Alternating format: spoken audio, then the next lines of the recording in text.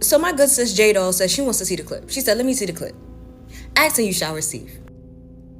Back to their country with a pass back in legally, and we're doing things that are very difficult to do and very complex, but it works really well. We're sending them back, and then they're schooling, they're learning, they're coming in legally. We have a lot of that going on, but we're taking care of our farmers. We can't let our farmers not have anybody, these people, that you can't replace them very easily. People that live in the inner city are not doing that work. They're just not doing that work. And they've tried, we've tried, everybody tried. They don't do it. These people do it naturally. I said, what happens if they get it to a farmer the other day? What happens if they get a bad back? He said, they don't get a bad back, sir, because if they get a bad back, they die. I said, that's interesting, isn't it? These are very, in many ways, they're very, very special people. Okay, go ahead. Okay, so now that you have actually heard the clip, that you've heard the recording for yourself, let's actually break down exactly what Donald Trump has said so far. He started off that clip or that recording stating, how, they have policies and plan of trying to help the farmers, right? Because they desperately need these migrant workers. They need these undocumented migrant workers. They can't leave them without anybody. That right there is admission that the United States agriculture economy is taking a hit behind his policies and his mass deportations. That's the first thing. Donald Trump stresses the fact that the American farmers cannot be left without anybody. They cannot be left without anybody. And then he further goes on by saying that the undocumented migrant workers that he once was calling illegal criminals are very, very special people. They're very, very special people that cannot be easily replaced. Right after Donald Trump makes that statement and say that they cannot be replaced easily, he goes right into stating that inner city people are not doing that work. Words have meanings, okay? When it comes to this government and this American society, when they say inner people, they're referring to Black people. And when he said that kind of work, he's talking about field work.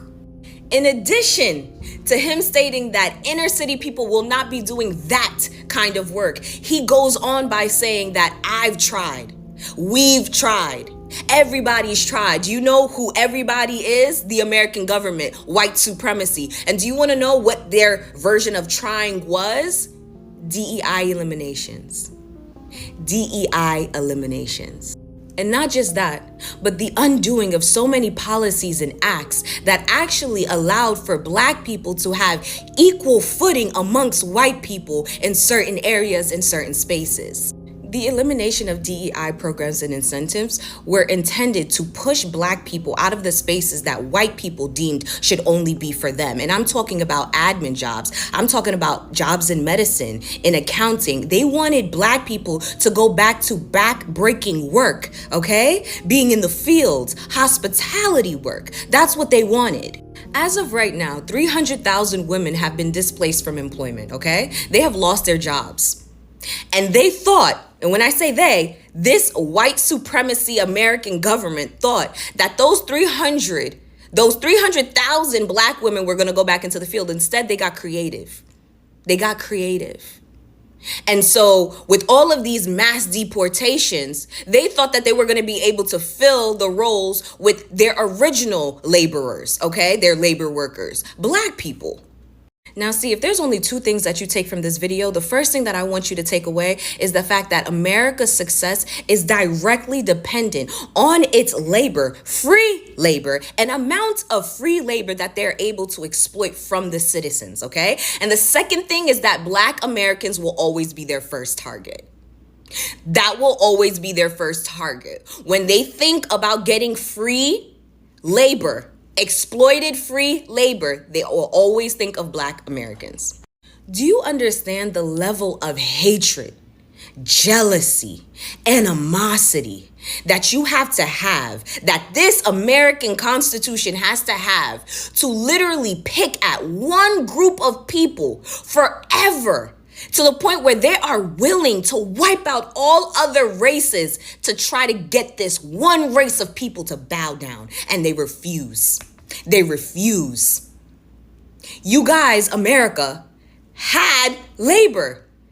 that you were already exploiting, but you were willing to get rid of them in mass deportations, all because you wanted to push black people out of those offices. You wanted to push them out of those doctor coats and those labs. You wanted to push them out of those research trials. You wanted them to be in the field. So you got rid of the migrant workers that were here that you were already exploiting, because if that's one thing that America knows how to do, is exploit some fucking labor. You already had it, but you got rid of them, hoping that you can force black people back into those positions. And now because black people said, let it all fucking burn.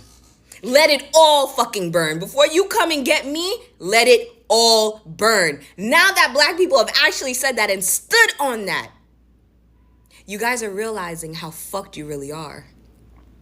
White supremacy, white American supremacy is realizing how fucked they really are. Because how many black people do you know was opening up their mouth to say that, yeah, these immigrants, these migrant workers are taking our jobs? Not one black person. Not one black person said that. And by the way, that's what they meant when they were saying black jobs. Hospitality, cleaning people's homes, taking care of people's kids, picking berries. That's what they wanted as black jobs. They don't want us to be engineers. They don't want us to be doctors. They don't want us to be comedians. They don't want us to be anything. They don't want us to do nothing but work for them. And now because of America's racism and all you MAGA supporters that went and voted in hopes of making America great again, which really means white people in the office, black people in the fields. All right? You guys are actually really realizing how much you fucked yourselves over. You really fucked yourselves over. Racism is expensive. It's really fucking expensive. They say that with each great empire comes a great fall. And it looks like America's on its way.